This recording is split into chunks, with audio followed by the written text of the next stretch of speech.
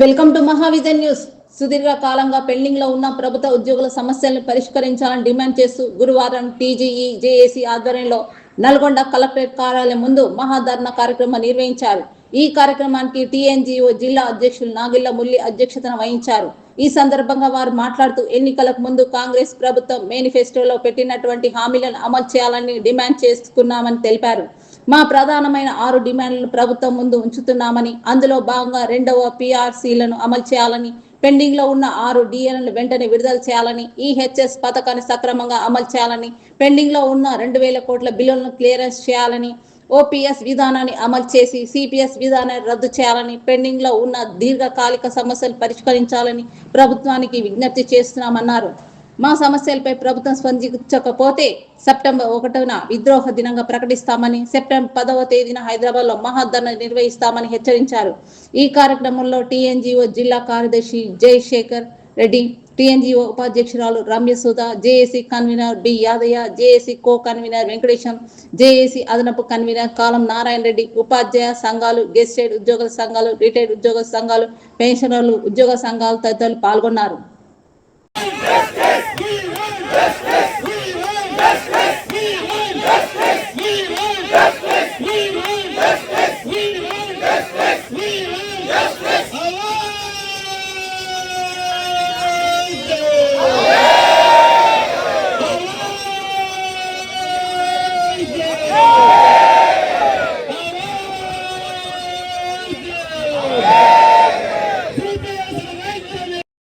అన్ని రకాలు పెట్టరు, మనకెందుకు పెట్టరు అనేది అడిగినంత దమ్ము ధైర్యం మనకే ఉంది. ప్రతి ఒక్క ఉద్యోగస్తుడు దాన్ని దీన్ని ఈ విధంగా కాకుండా ధర్నానే కాకుండా పూర్తిగా సకల జనాల మనం ఎట్లా చేసినామో అదే విధంగా దాన్ని గవర్నమెంట్ ని భూస్థాపనం చేస్తే తప్ప మనల్ని పట్టించుకునే నాదులు లేడు. ఎందుకంటే ఇది చిన్న చూపుగా మనం ఆవేశంతో ధర్నాలు చేస్తే ఏదో వాళ్ళే ఇంటికి వెళ్ళిపోతారు. మళ్ళీ పిలిచి చర్చలకు పిలిస్తే చర్చలు పిల్లగానే వచ్చి టీ కాఫీలు ఇవ్వగానే అయిపోతుందని అనుకుంటున్నారు. కానీ ఈ టీ కాఫీలు కాదు, ఎలాంటి ఉద్దేశాలు కూడా మన పైన ఉన్న రాష్ట్ర సంఘాలు కూడా మన పూర్తిగా జిల్లా సంఘం నుంచి చేసే తప్ప అది కాదు. ఈ రోజు ఈ నల్లగొండ జిల్లా నుంచే నాంది పలికిన చరిత్ర ఇది ఈ రాష్ట్ర వ్యాప్తంగా. అదే విధంగా ఈ రోజు జరిగిన సమ్మె విషయంలో కూడా ఈ రోజు రాష్ట్రంలో తెలిసిపోయింది. ఎలాంటి ఉద్దేశాలు లేకుండా ఇది పూర్తిగా దీన్ని రాష్ట్ర వ్యాప్తంగా తీసుకుపోవాలని కోరుకుంటూ ఈ అవకాశం ఇచ్చిన అధ్యక్షులు, కార్యదర్శులకు నా తెలంగాణ పంచారా 4వ ఉద్యోగ సంఘం తరఫున హృదయపూర్వక నమస్కారాలు చెబుతూ ముగిస్తున్నాను.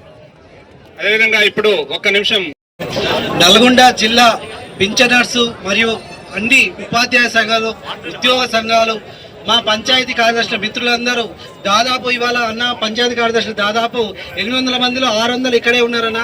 ప్రతి ఒక్కరూ ఎందుకు వచ్చారంటే మా యొక్క పిఆర్సీ వెంటనే రావాలి. గతంలో 2023లో ఇచ్చిన పిఆర్సీ అప్పుడు రేట్లు ఎట్లున్నాయి, ఇప్పుడు రేట్లు ఎట్లున్నాయి, ప్రస్తుత కాలమానం ప్రకారం మనము అన్ని అభివృద్ధి చెందుతున్నాయి కానీ మన ఉద్యోగస్తులు పట్టించుకోవడే నాదుడే లేడు. ఎందుకంటే రాష్ట్ర స్థాయిలో సంఘాలు కూడా వాళ్ళు ప్రభుత్వంతో మాట్లాడుకుంటూ అక్కడికే కాలయాపన చేస్తున్నారు. ఎప్పుడైతే ఈ నిర్ణయం తీసుకున్నామో ప్రభుత్వంలో చలనం వచ్చింది. ఈ రోజు మనం ఎట్లయితే మిలిటరీ కవాతు చేస్తే ఓ పిచ్చి కూడా ఏ విధంగా కూలిపోతుందో అట్లా మన ఎంప్లాయీస్ అందరూ మన ప్రభుత్వం యొక్క రథచక్రాల లెక్క మనం ఉన్నాం. మనం ఒక్కసారి గట్టిగా గర్జిస్తే ప్రభుత్వాలే కూలిపోతాయి. అది గత సంవత్సరం మనకు అందరికీ తెలిసిన విషయమే. కాబట్టి ఈ రోజు ఏదైతే సిపిఎస్ నుంచి మనము సిపిఎస్ భూతాన్ని విడనాడి ఓపీఎస్ సాధించుకోవాలి. ఆ ఓపీఎస్ వల్ల సిపిఎస్ వల్ల ఎంత ఇబ్బంది అవుతుందో అనేది ప్రతి ఒక్క ఎంప్లాయీకి అర్థమవుతుంది. గతంలో ఈ సిపిఎస్ ఎవరు పట్టించుకోలేదు. ఇప్పుడు మాత్రం సిపిఎస్ ఎంప్లాయీకి, ఇప్పుడు రిటైర్డ్ అయిన ఎంప్లాయీకి 22 సంవత్సరాలు వాళ్ళు ఉద్యోగం చేస్తే 4000 2000 పింఛన్ వస్తుంది. ఆ పింఛన్తో ఏం బతుకుతారు? సామాన్య పౌరునికి వితంతు పింఛన్లు, ఆ పింఛన్లో 2000 వస్తున్నాయి. ఒక ఎంప్లాయీ 40 సంవత్సరాలు 20 సంవత్సరాలు ఉద్యోగం చేసి 2000 పింఛన్ తీసుకొని పరిస్థితి ఏర్పడిందంటే ఎంత దారుణంగా ఉంది అంటే మన ప్రభుత్వాన్ని మనం ఖచ్చితంగా మన యొక్క ఓపీఎస్ని సాధించుకోవాలి. అదేవిధంగా పిఆర్సీ అనేది మేజర్. ఎందుకంటే మనకు ఉద్యోగం నెలకు ఫస్ట్ జీతం వస్తుంటే ఆ జీతంతో సారి పెట్టుకొని సరే అని చెప్పి సర్దుకుంటున్నాం. అది కాదు మనకు కావాల్సింది. ఖచ్చితంగా పిఆర్సీ ఇస్తేనే మనకున్న ధరల ప్రకారం ఇప్పుడు ఎంత వాల్యుయేషన్ ఉందో దాని ప్రకారం మనకు కూడా గిట్టుబాటు ఉంది. ప్రతి ఉద్యోగి కూడా ప్రతి సంవత్సరం 20,000 అప్పు చేయాల్సి వస్తుంది. ఇది ఎవరికి చెప్పుకోలేకపోతారు బాధలు. అవన్నీ తీర్చాలని చెప్పి ఈ రోజు ఈ ఏదైతే మనం ధర్నా చేశామో దీనికి వచ్చిన పంచాయతీ కార్యదర్శి అందరి మిత్రులందరికీ పేరు పేరున ధన్యవాదాలు తెలియజేస్తున్నాను. అన్న మా జేఏసీ తరపు నుంచి ఇవే కాకుండా 2-3 జిల్లాలు కూడా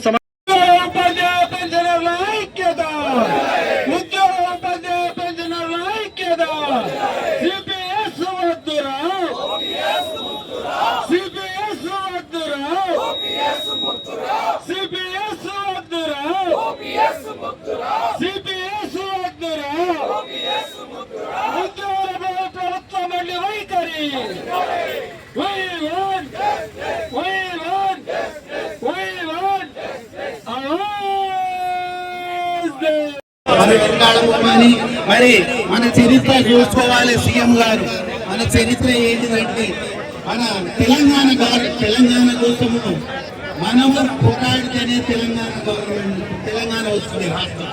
మరి ఆ రాష్ట్రం వచ్చినందుకు ఎంత కష్టపడ్డాము ప్రపంచ దేశాలు చూసినాయి. ప్రపంచ దేశాలు మన వైపు చూసినాయి. ఉద్యోగస్తులు సకల జనుల సమ్మె దిగిన తదుపరి ఇక రాష్ట్ర విభజన తప్పదు అనేది ప్రపంచ దేశాలే ఊహించినాయి. మనం అది పూర్తిగా తీసుకొని ఇప్పుడు మనం గవర్నమెంట్ మీద ఒత్తిడి తేవాల్సిన అవసరం ఉంది. అసోసియేషన్ జేఏసీ పిలుపు మేరకు ఏంటంటే మన కలెక్టర్ గారికి ఒక మెమోరాండం ఇచ్చేది. చివరిగా మరి లేడీస్ సోదరిమణులు కూడా ఎక్కువ మొత్తంలో ఉండండి.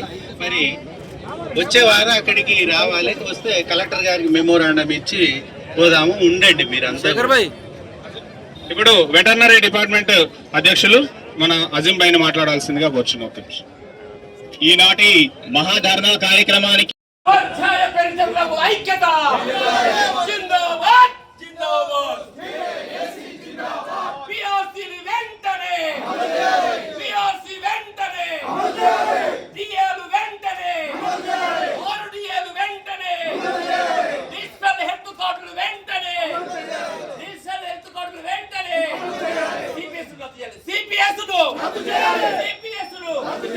ఉద్యోగ ఉపాధ్యాయ పెన్షన్ ఐక్యత